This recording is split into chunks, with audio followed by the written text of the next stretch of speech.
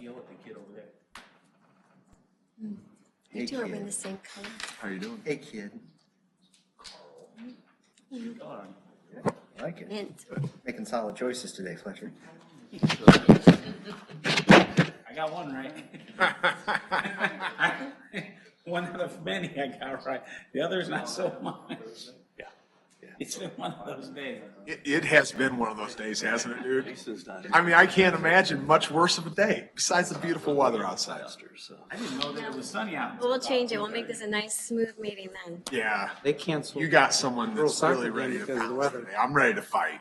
Oh, no. Not that we're gonna fight about anything, but if there was, We can argue Cold over windy enough, huh? Pat. No. You're good. The camera's Yes. working and the audio's working tonight, so. Oh, no. See how things are improving for you, kid? Yeah. so much better. The girls soccer, they canceled because of the weather. Today? Yeah. The kids Moved are it to tomorrow. Little kids. When it's supposed to rain? Yeah. Makes There's a sense. strategy there. Makes sense. We're good mutters. Is that Meredith? No, that's Trent. Meredith said she might be. Right. Presentation. Trent is conducting Nice. telling us how to prepare. Camping skills. Is it camping? No. It's disaster. If it's Trent, disaster, if right? it's Trent, it's glamping. Glamping. It was, but that makes the most sense. I like that title. There's whiskey over there. No, there's not. Yes, there is. He keeps that in the others. I don't see a mountain bike though. There was a moment. Isn't there a mountain bike in that presentation? It's folded up underneath. All right, 6 p.m. We'll call this regular board meeting to order. If you'd all please join me in a moment of silence.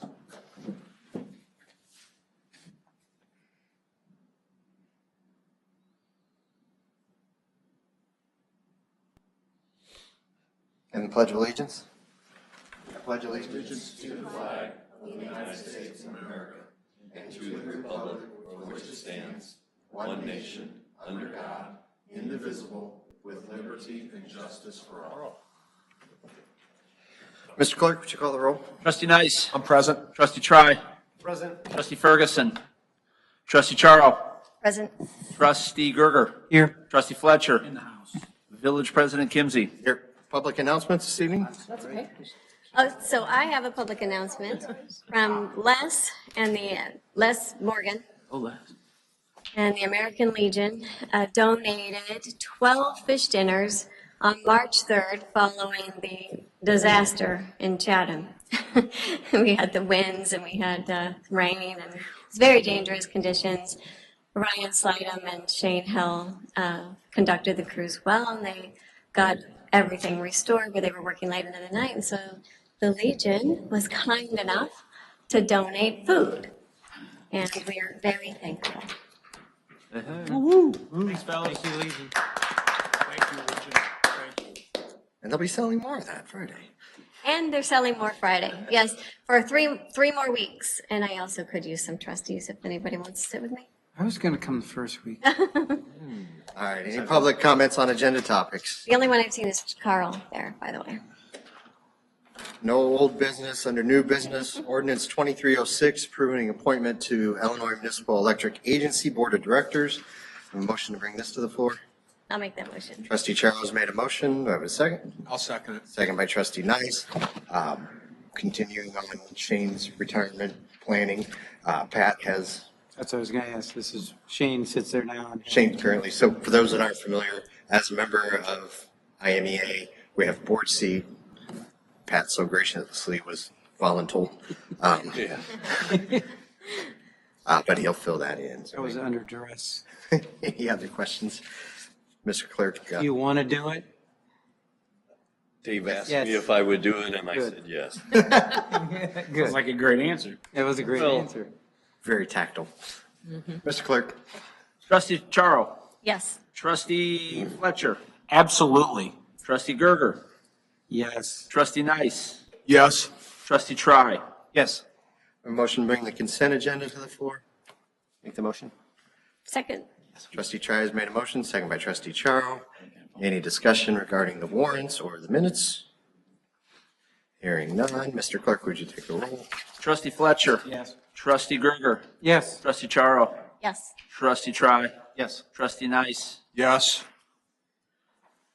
Any public comments on other village business? Hearing none, next village board meeting is scheduled for March 28th of 2023. No. Huh? Oh, it is. It is? We still got some days left in March. We got another 2 minutes on this meeting if you want to. First of the year?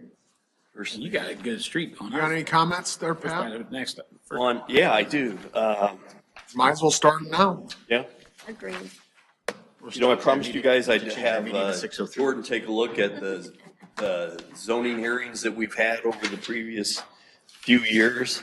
And he went back and looked, and we've had surprisingly only 8 zoning hearings since 2016. Okay?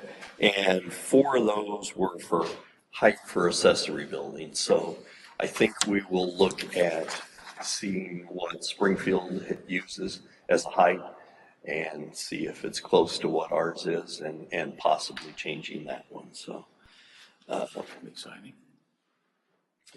we did do is. an RFP for auditors for the next year. And Thank you. sent it to 5 firms. We got 1 response. One response is it? That was it. Everybody's short of people. I know. That's what it is. So staff recommendation is to go with Sickage and see how each of the firms handled the RFP that we sent to them. Some of them responded back and said they were not going to apply. Others just didn't reply. So we'll have an ordinance ready to go at the next board meeting, hiring them for a 3-year term. What else? I looked, the yard waste contract, we voted on that last year, July 26th. They started the 1st of August. So that'll give you an idea of the time frame of when. We'll probably get the RFP out sooner. We'll probably vote on it sooner, but we won't have them take the new contract until August the 1st. And when are we officially closing the dump? I think my plan on that is, once we get the fence all installed and ready to go, when it gets close to the August 1st date, I'll have them go down and clean everything up. Once it's all cleaned up, the gate will be closed and the dump will be closed. Will we have to make a public announcement on that? We will. We'll send it out. We'll put signs up, we'll put it in the paper. People will know. The last cleanup's gonna be tough. My guess would be that the average person that has anything is gonna go toss it out there while they can. Hopefully not, but You send those reminders with the fact that the same week that the dump is going to be closed off, they're going to be coming around, picking up your branches, just put it in your front yard. That's what yeah, It's the other stuff that causes yeah. even bigger problems. Uh-oh. Do we need helmets? Are you okay? Emergency services Go for already? the table already, Trent?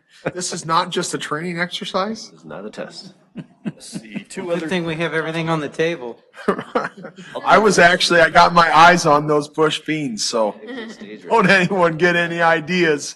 we got 2 other things. One of them is, we have ordered 2 new Welcome to Chatham signs.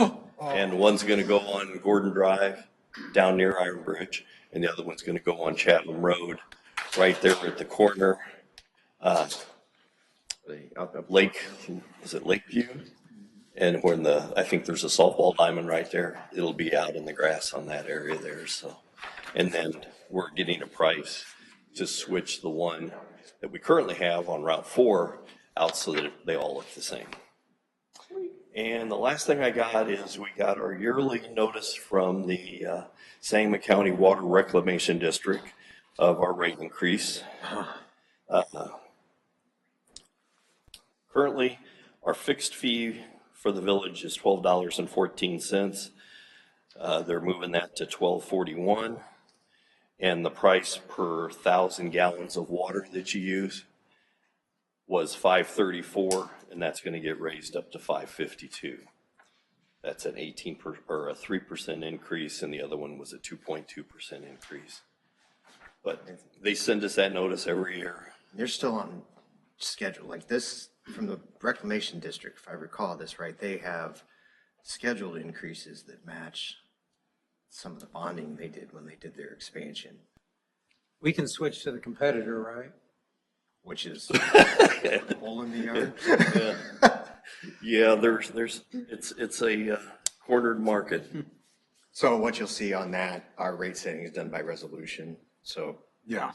It'll make it look like we're raising it, Yes, of course. Yeah, but We collect. even though we're not. Correct. the rate increase, none of that extra will come to the village. It'll all just get passed directly. The customer. Well, it goes to the customer and then it goes straight back to the sanitary district. So Correct. we're not increasing our fee on top of it at all. All right. No need for a closed session. Take a motion to adjourn the board meeting.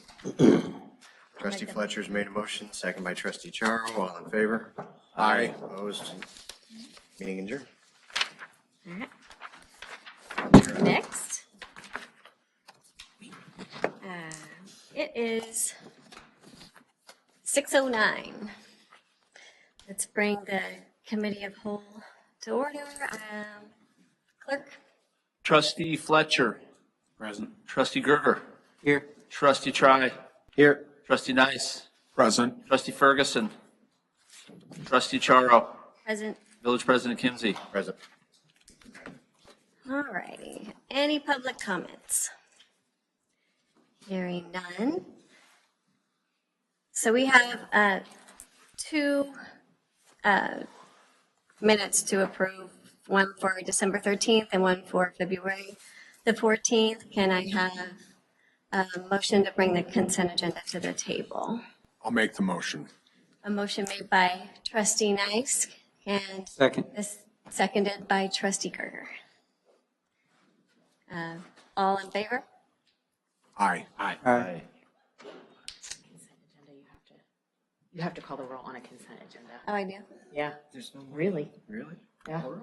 So we gotta do a roll call, you It's an said? omnibus, yeah. Is it the two? No, because it's a consent agenda. It's on fire. I don't know if you call it a consent agenda, is supposed to have an omnibus vote. Okay, that's Alrighty. fine. We'll make it official. Let's make it official. Trustee Nice. Yes. Trustee Try. Yes. Trustee Charo. Yes. Trustee Gerger. Yes. Trustee Fletcher. I think, yeah, yes. With a big pause. I think about it. We were both going to say no. We were debating whether to say no. Research. Oh, yes. All right. We have no old business, new business. We heard the village manager, so CMT. We know him. Jim, he's good. Jim's a good dude. Okay, a couple of things, nothing too dramatically new or different, but we have currently 3 contracts out to bid on the village's website. One is a patching project on Plummer, and that's going to be a pretty extensive patching project. It's going to be on the west side of Route 4 is going to be the primary area, so traffic's going to be congested on that for a little bit, and then we're picking up on the east side and kind of going as far as we can go depending on what the bids end up being on that. So bid opening will be Monday, and then you guys will see that contract come through the following week for village board approval. Trying to fast track it so we can get as much work done in this fiscal year. The other one, working through with Dustin on some bike path improvements. One is going to be patching on the main bike trail, interurban, doing some concrete patching similar to what we've done before. And then the other one is relocation of a portion of the bike path over at South Park to accommodate future parking lot expansions based on these plans here. And then with additional funds allocated towards the park district, we're going to overlay a section of the bike path immediately adjacent to that, so kind of in front of the concession stands, and then going to the west to where it goes to concrete section there. So Park Department identified that as probably the heaviest used and probably most need a repair, so we're going to overlay that section. In terms of motor fuel tax MFT, met with the village staff this morning, worked out the details on just general maintenance items, patching, what else? Salt, aggregate, bituminous patching, concrete patching, guardrail improvements, that kind of stuff. So just general maintenance, things to keep the street crew moving forward. We are going to put out a couple of contracts this year. One is going to be a material letting for just concrete. Plan on doing a good section of spruce from Gordon to Park. And that's what the street crew is going to focus on over in that area in terms of patching all those joints all the way through. If you ever drove on spruce, you would know it. Then the other one is been identified, Savannah and Walnut intersection. We're looking at options to smooth that one out a little bit. Build-up of oil and chip over the years on Walnut, and then blending that back into Savannah. So trying to make that a little bit more driver friendly. We've got some minor drainage improvements on West Walnut that we're going to be looking at. And then as soon as the weather breaks, we're going to finish off Gordon with the overlay and the intersection improvements at Gordon and Walnut. So other than that, that was my question. They don't have that projection yet on when they're going to go. Well, it was 70 last week. Right. You're right. I didn't miss their 20 chance. this week. It was only a day. It had to be 40 and rising for 3 days. So, yeah, just whenever the weather breaks. Yeah, usually the plants start opening probably late April. So as soon as they get good weather, and Flat owns the plant, so they have control of the situation there. So as soon as we get word on that, we'll let Pat and street crew know, and we'll go ahead and get that scheduled. And then the other one is sewer repairs over on Ben's Drive. Those are ongoing right now and being corrected where that storm sewer collapsed. When they start that Gordon Drive, Yes. is it a thing where they'll close a full lane of that down, or how will that look like? Do you know? So what's going to happen is they will flag traffic, so it'll be one lane open at all times. So what they'll do is put flaggers on either side. The operation, just because you can keep the road open to traffic, they're going to mill it first. Pass through with the milling machine one direction, the other direction, keep cars going back and forth, and then when they pave, they'll do the same thing. Gotcha. Cars back and forth. Okay. So How long of a process will that be?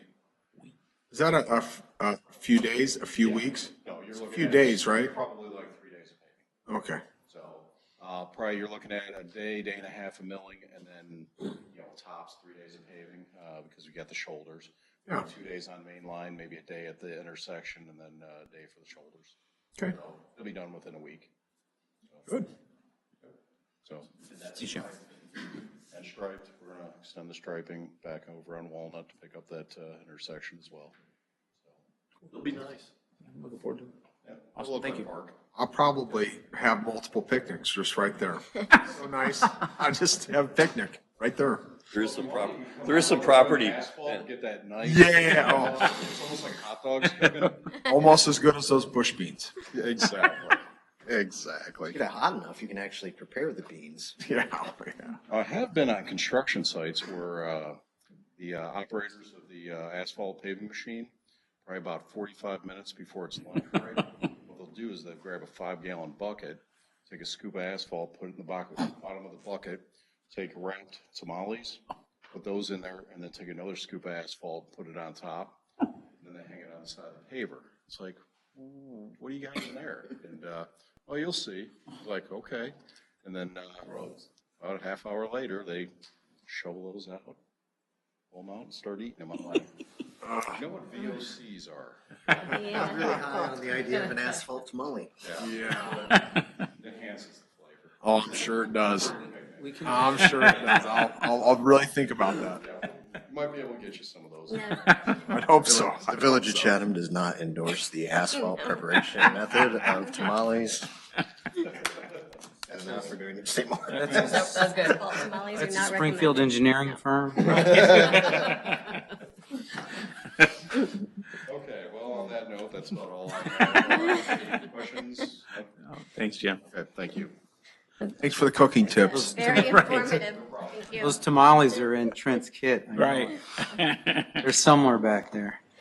Public properties. Hey, I Oh, wait. Pat's got. forgot two Pat's other got things. more. He's not. One of them was, we do have the bathrooms heated now down at the park, the ones that are down by the football and soccer fields.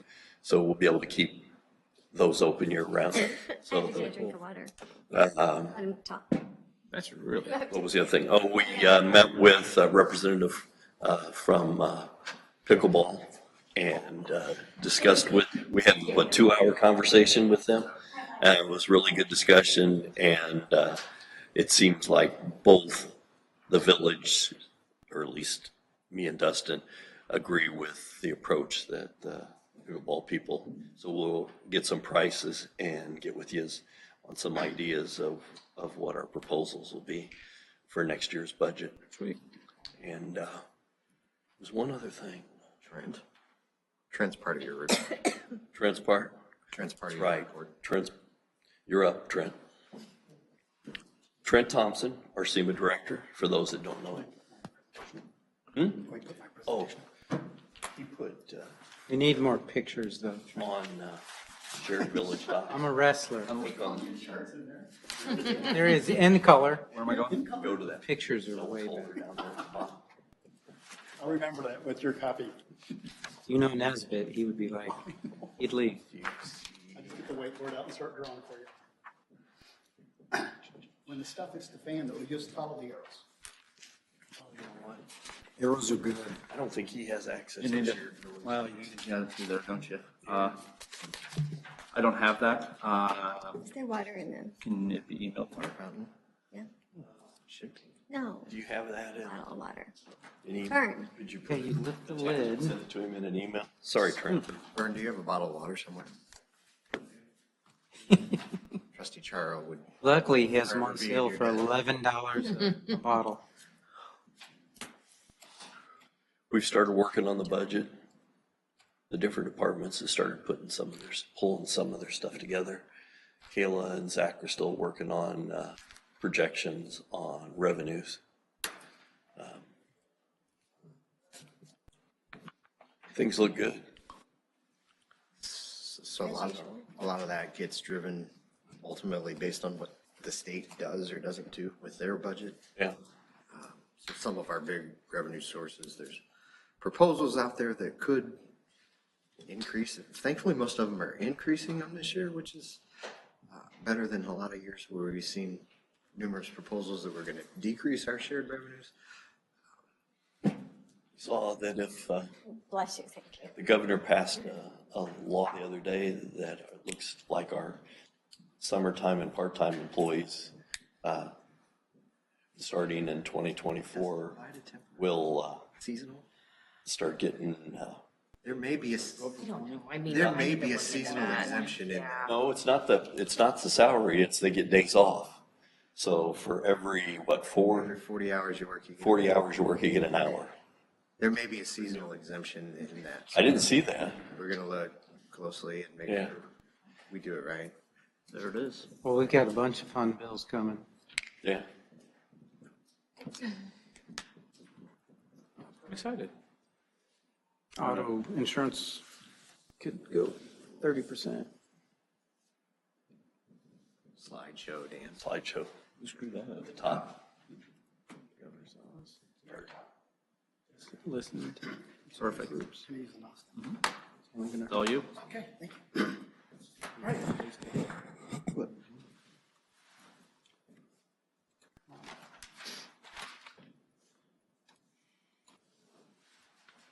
Oh, man, it took out my good slide. All right, we'll get through this after all. All right, as you guys know, I'm the Director of Emergency Management here. Starting off, my first slide was Happy Pie Day. Oh, That's nice. And the quiz would be, How many? for Brett, how many digits can you go out? Starts with a 3. 314. I got it. 159-172-643-977-43996. I just saying it fast enough that you lost me.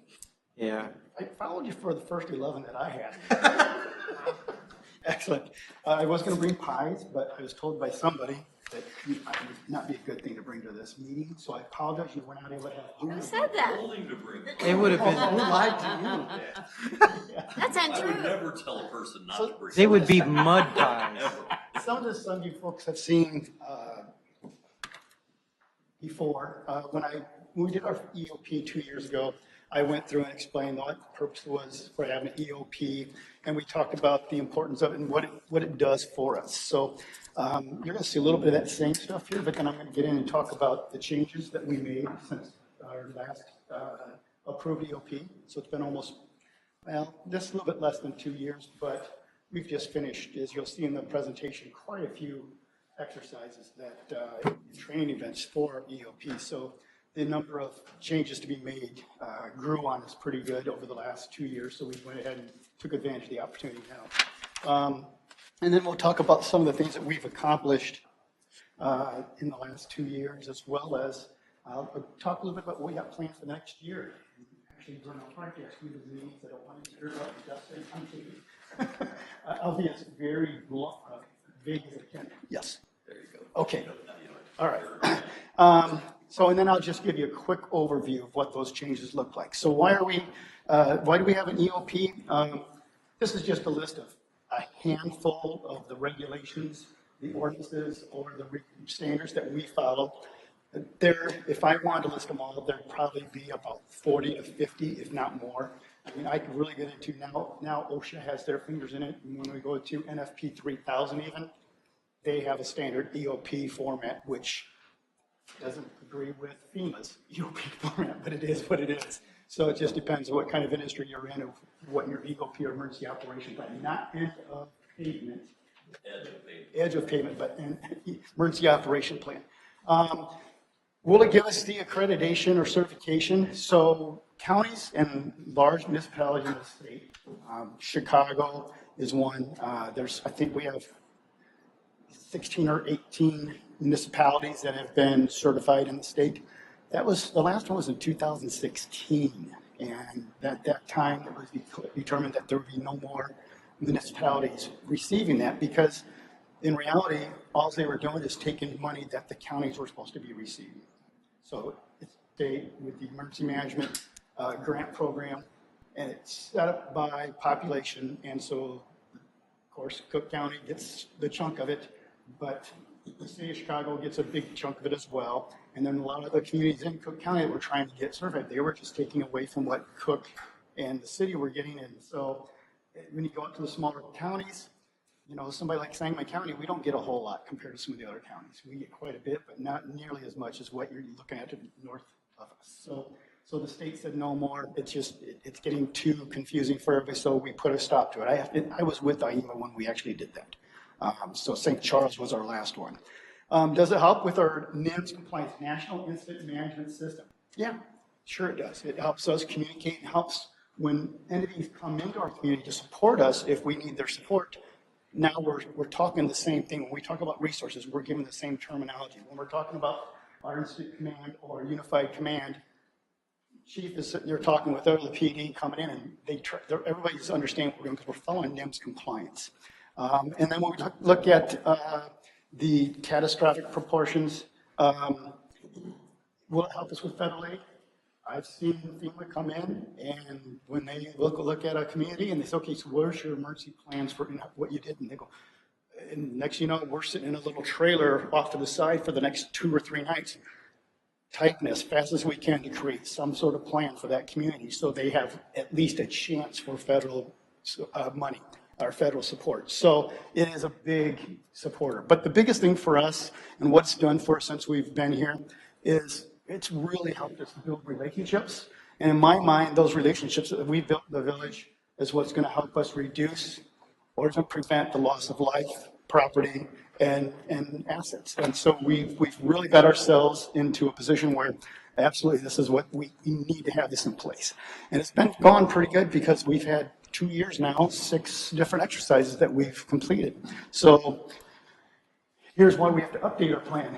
Specifically, it's a living document. Now, I could take, what I mean by a living document is this is a document that we created it so that you would want to reference it if you needed it. If you go to a FEMA standard EOP, You'll have a 3-inch binder. There'll be 52 or 54 tabs, all these different annexes and appendices to the annexes, and when you're done, you're not really seeing what shall I do for this, or how do we respond to this. So our document is, I call a living document. It's not something you put on the shelf, let the dust collect, and then 2 years later, hey, you want to sign this again? We actually go through, and when we're doing exercises, I will actually throw out a paragraph from the EOP and say, well, this is what our paragraph states we were going to do, and it answers a lot of our questions that we have in our discussions. So we take a lot of pride in working this off a living document. Plus, we also put a paragraph in the EOP that states we shall update it every 2 years. And or if we have significant changes to assets, resources, or capabilities, that being personnel, equipment, or if we grow to the point where our organization or agency start to grow, we can better prepare or better respond to some type of incident. And then finally, as it states, all right, everybody evacuate, that's the real tone. After the completion of an exercise, we've had, through the exercise, we'll have some minor things we'll catch in our EOP that, we probably ought to change this or adjust this. At this point, though, and when you look in your EOP, there is a change document page. I think it's page IV4, maybe. But within the change document page, it lists a good half dozen or more changes that we've made just to this document over the last 2 years. So this may cause it time to do an update. All right, so what have we done up to this point? EOP was, I believe you approved it in August of 21, and then in December, we had a busy first year. The 2nd, 7th, and 15th, we did start off with emergency operation plan discussion. There's a lot of the folks, village personnel did not really know what this EOP meant. So we spent a good probably hour doing an emergency operation plan discussion with the entire village staff. And then the next time we came back and we did Emergency Operations Center, which is the room you're in right now. If we had a disaster and this building was still functional, we would create our Emergency Operations Center in here. And then the next day, or next week, we came back. We actually went and didn't set up in here, but we went over to one of our alternate locations, which is just across the street here, across the square. And they have agreed that we could use their facility if we needed an alternate site for setting up Emergency Operations Center. And we did a 2-hour, we got in some great discussions about, holy crap, okay, what do we do about this and what does this mean and how are we going to function this way? And it brought a lot of good discussions. So we were really busy that first year, so busy that we said, let's do this all over again and really beat ourselves up a little bit further. So December of 2022, we did the lead workers, we did a tabletop discussion. That one we talked, one thing that Pat has brought up on several different conversations is, well, what if we have the time to move our resources? If we have an event that we know is going to impact us, but we may have that hour or that 2 hours or maybe even 30 minutes, do we have that time to those identified critical resources that we just know? If we could just move them maybe to the south of town, security, we could beat up over here, move that stuff to the south of town, that'll avoid what's coming in from the northwest. We don't know, but that would be one of those things that could be a critical discussion going on at that nth hour before something hits. So we brought that in to start talking about that as we were going through. Then on the 31st of this year, we got back to, and actually didn't have the ring set up, but we asked, we set the trigger, we started the exercise, and it was, all right, leadership, let's get the EOC started. And that's when we also started to hit home about do not self-deploy. We were trying to, I personally was trying to push the agenda for everybody in the village that you can't, just because you know that, oh my gosh, I got to go start cutting trees or getting the truck out and plow out and start moving stuff off the road. No, it's got to be all coordinated through the EOC so that we have a coordinated effort and we can manage the situation a lot better when we know where we're putting our resources and come up with a plan for best clearing and preparing it and having the most efficient response. So that all got us good until February, and we wanted to do a no notice, but we also had some, like, specifically in the PD, Vern says, hey, there's some folks that I really want to be part of this, and I think they'd be critical being here. So like, it's tough to do it no notice, so he can at least give me the day we'll do it, so that he can do, he actually, I think he blacked out that day, so nobody could take time off, so those folks were gonna be part of the exercise. So we didn't tell them the day, but or did tell them the day, but didn't tell them the time. We did it first thing in the morning, and we had about an hour and a half or so discussion, and it was a good drill. We had the supervisors, foremen, and department heads in here, and we did test immediate response actions and relocation efforts. And once again, that relocation of resources came to light and was part of our discussion. So it went, I think we did really well for those 6 exercises. I got a lot of notes from it, a lot of things going into additional plans that we've been putting together, standard operating procedures to help us in certain areas that not necessarily go into plan. So we've been moving, we got a lot of, whoa, what has happened here? We went way forward. You guys probably like that. All right, let's see, where are we at? You're going backwards. Now we're trying to catch up. There you go. All right.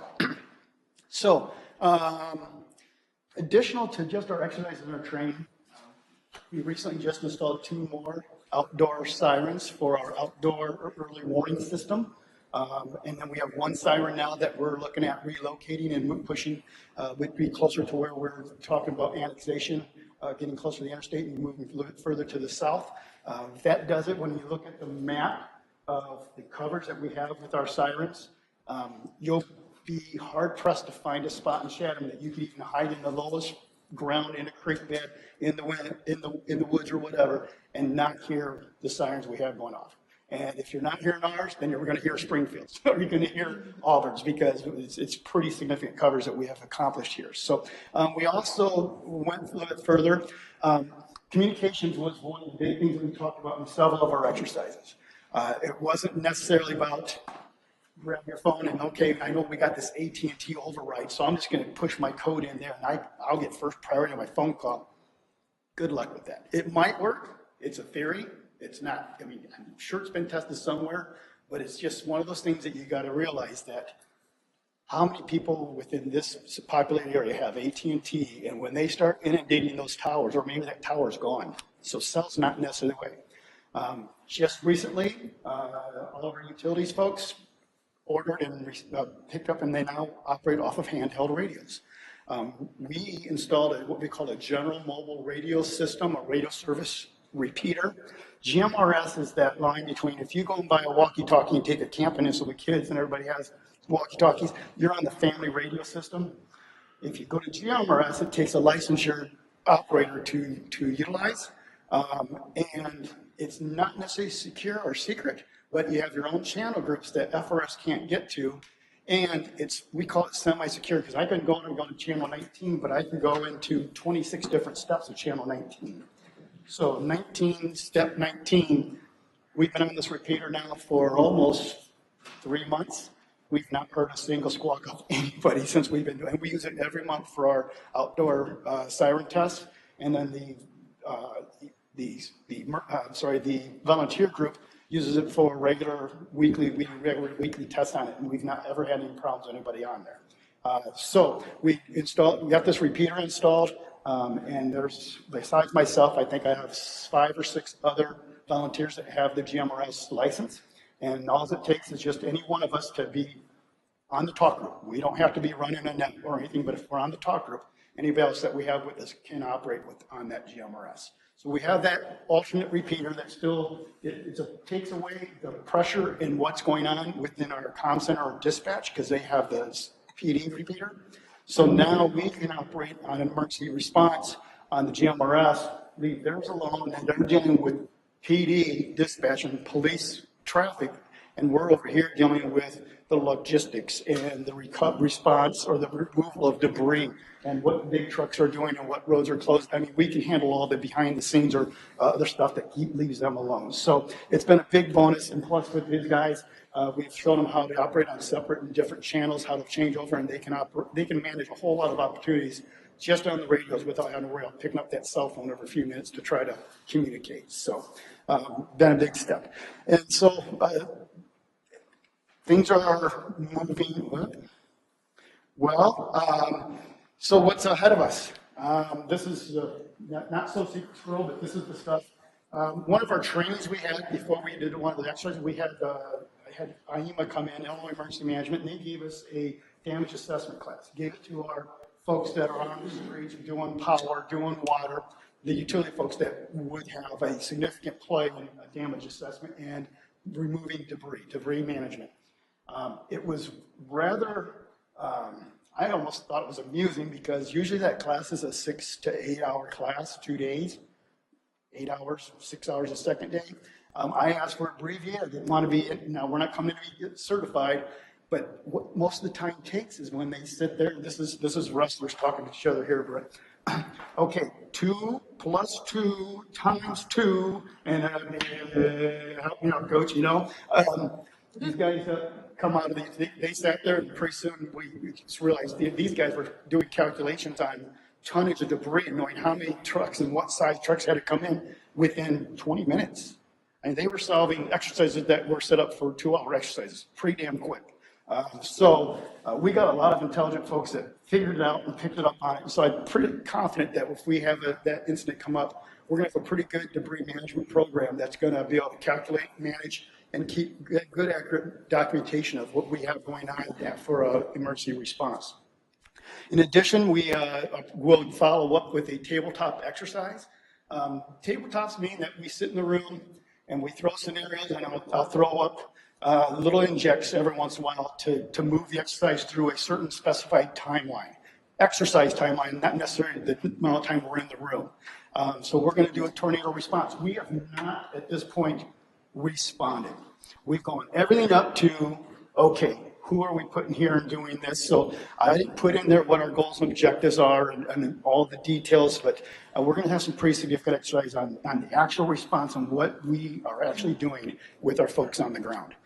Then after that, we'll do another hazmat incident. By the way, we did a hazmat with the train derailment, which, it was quite a significant event. And got to the point where we're like, oh, we don't know what to do. I mean, we made it through the goals and objectives, went well, but there's a lot to a train derailment. And that was 4 days before the one hit in Ohio. Mm-hmm.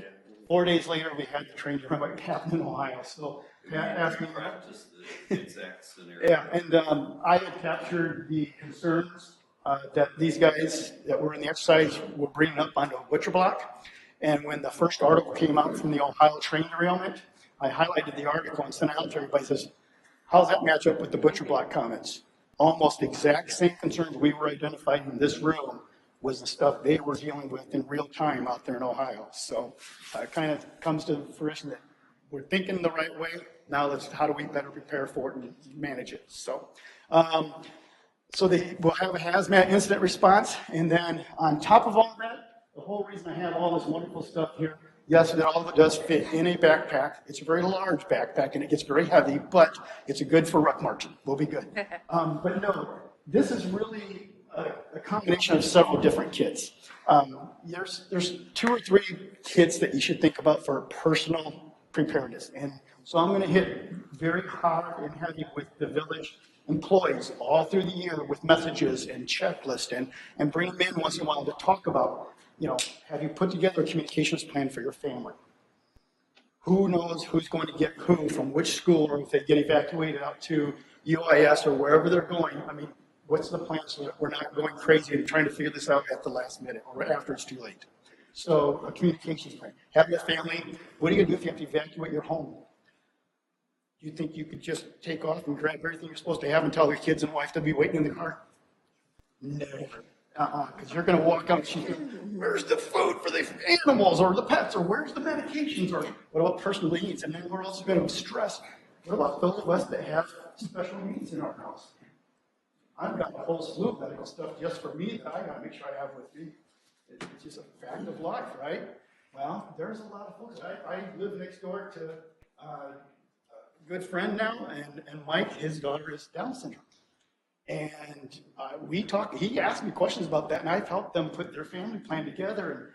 And it's been fun. I mean, you've learned so much, but it's been fun to see how they got to think differently of what they're going to do and how they're going to be able to support getting their family taken care of.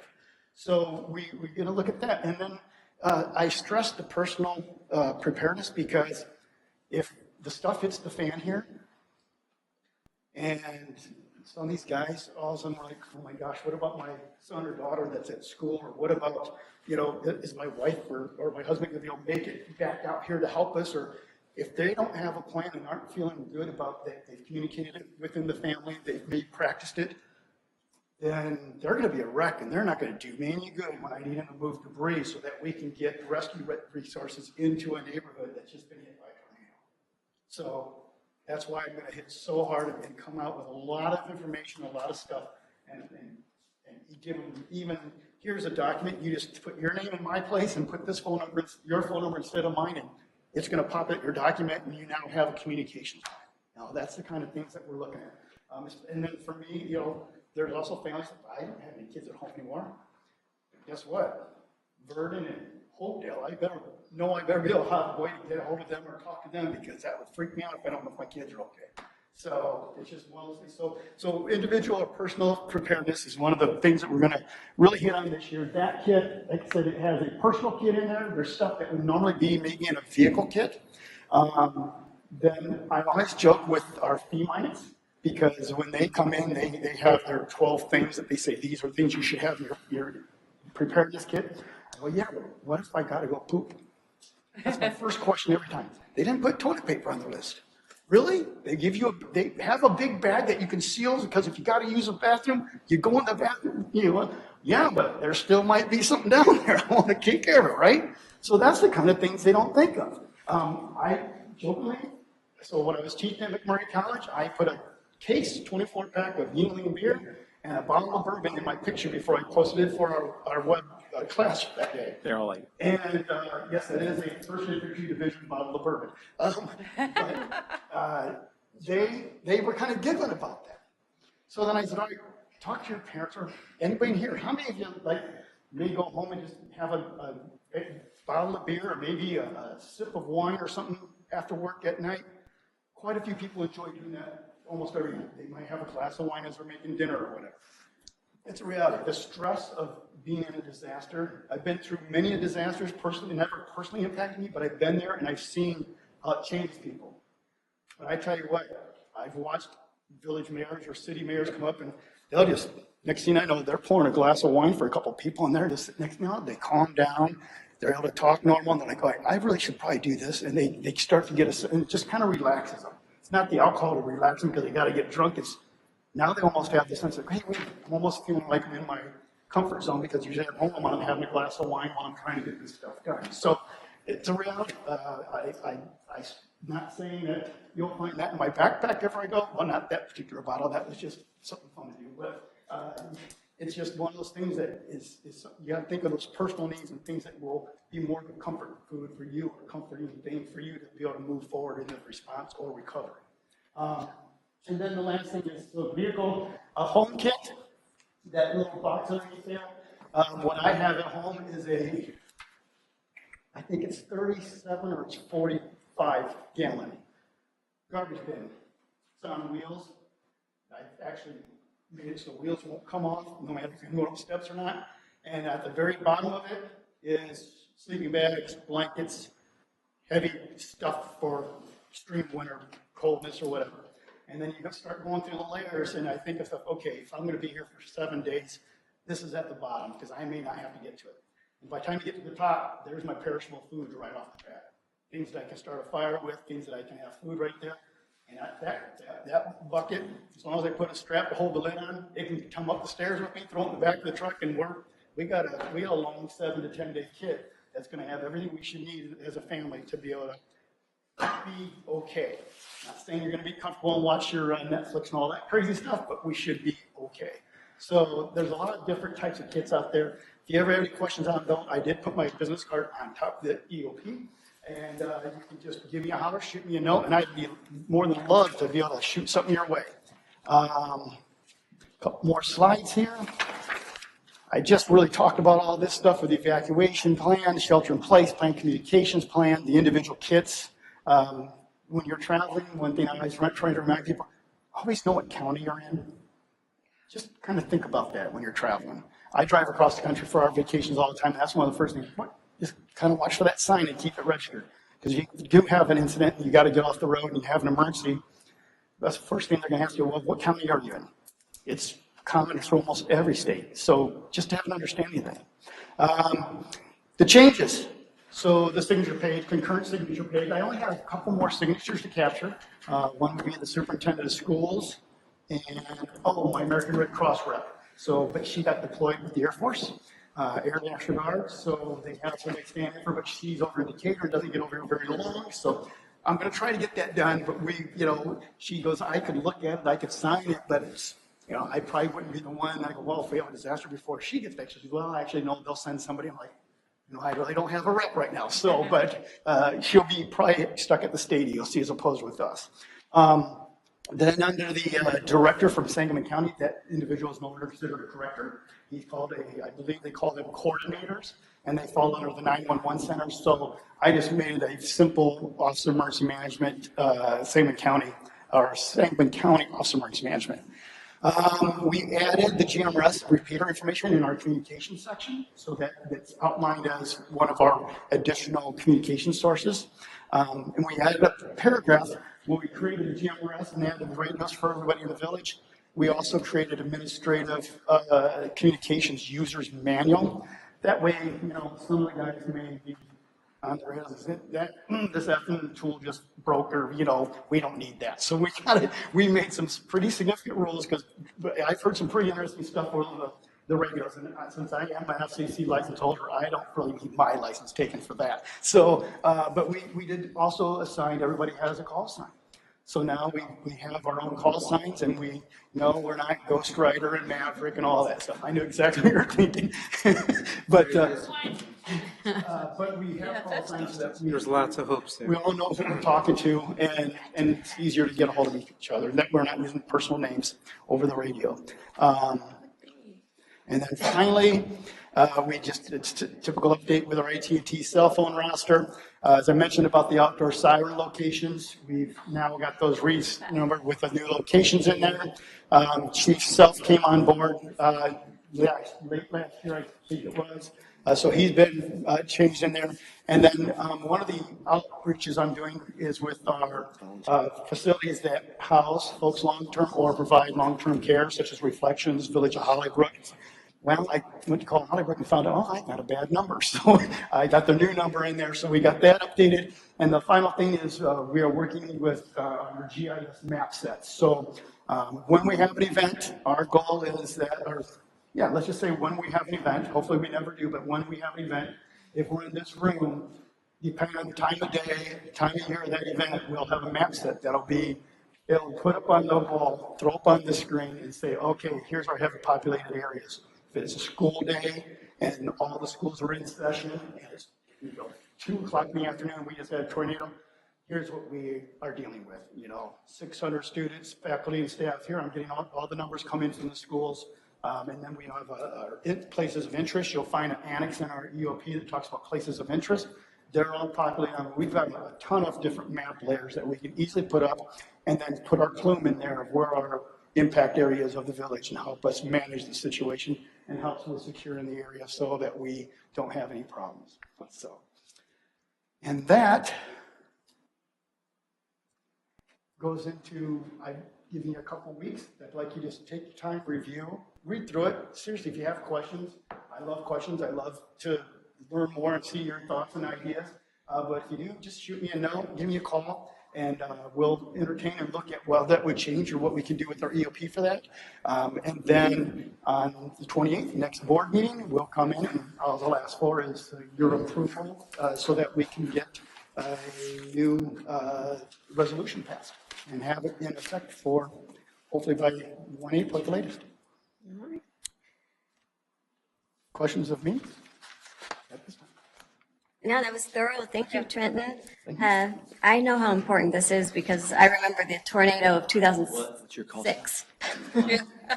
Money? Old timer. Whole time. Can you give out your call sign? Is that very private? Call signs are fine. Hey, Pat, what's yours? It's a Batman. We've been over here. Batman? Dustin, what's yours? C1? D1? You kind of need to know that. It comes up I mean, that kind of in the next scares me. exercise.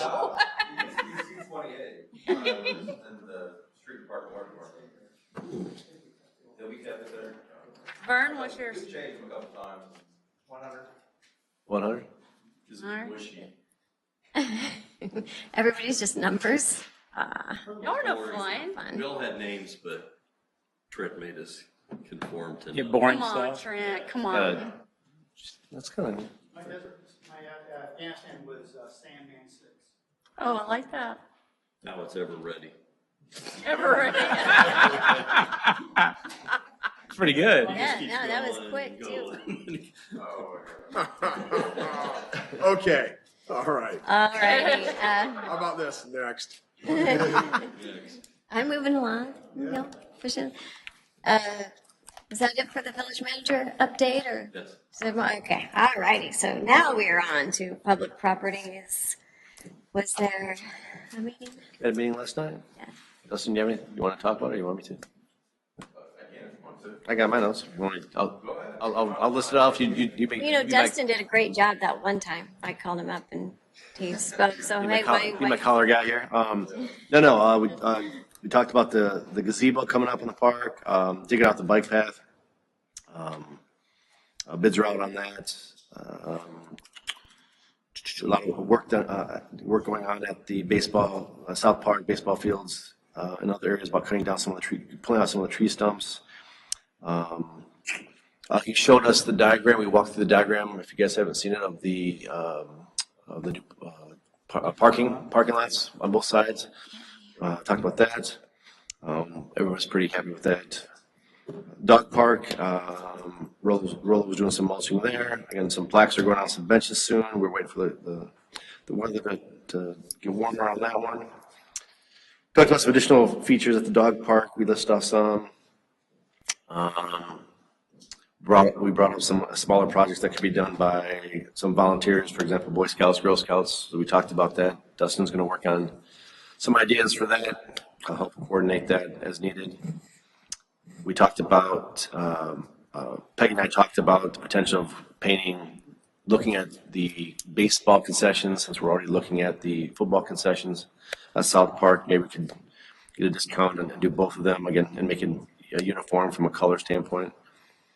And that was the majority of it. Did I miss anything? We trimmed the bike path, and then they put some ADA sidewalks at the playground there maybe. And then we also put the border around the library that goes to Center Park, it's all concrete now. That's right. I think that's about it. Good meeting. We met with the people that supply the product for like the gazebos and stuff.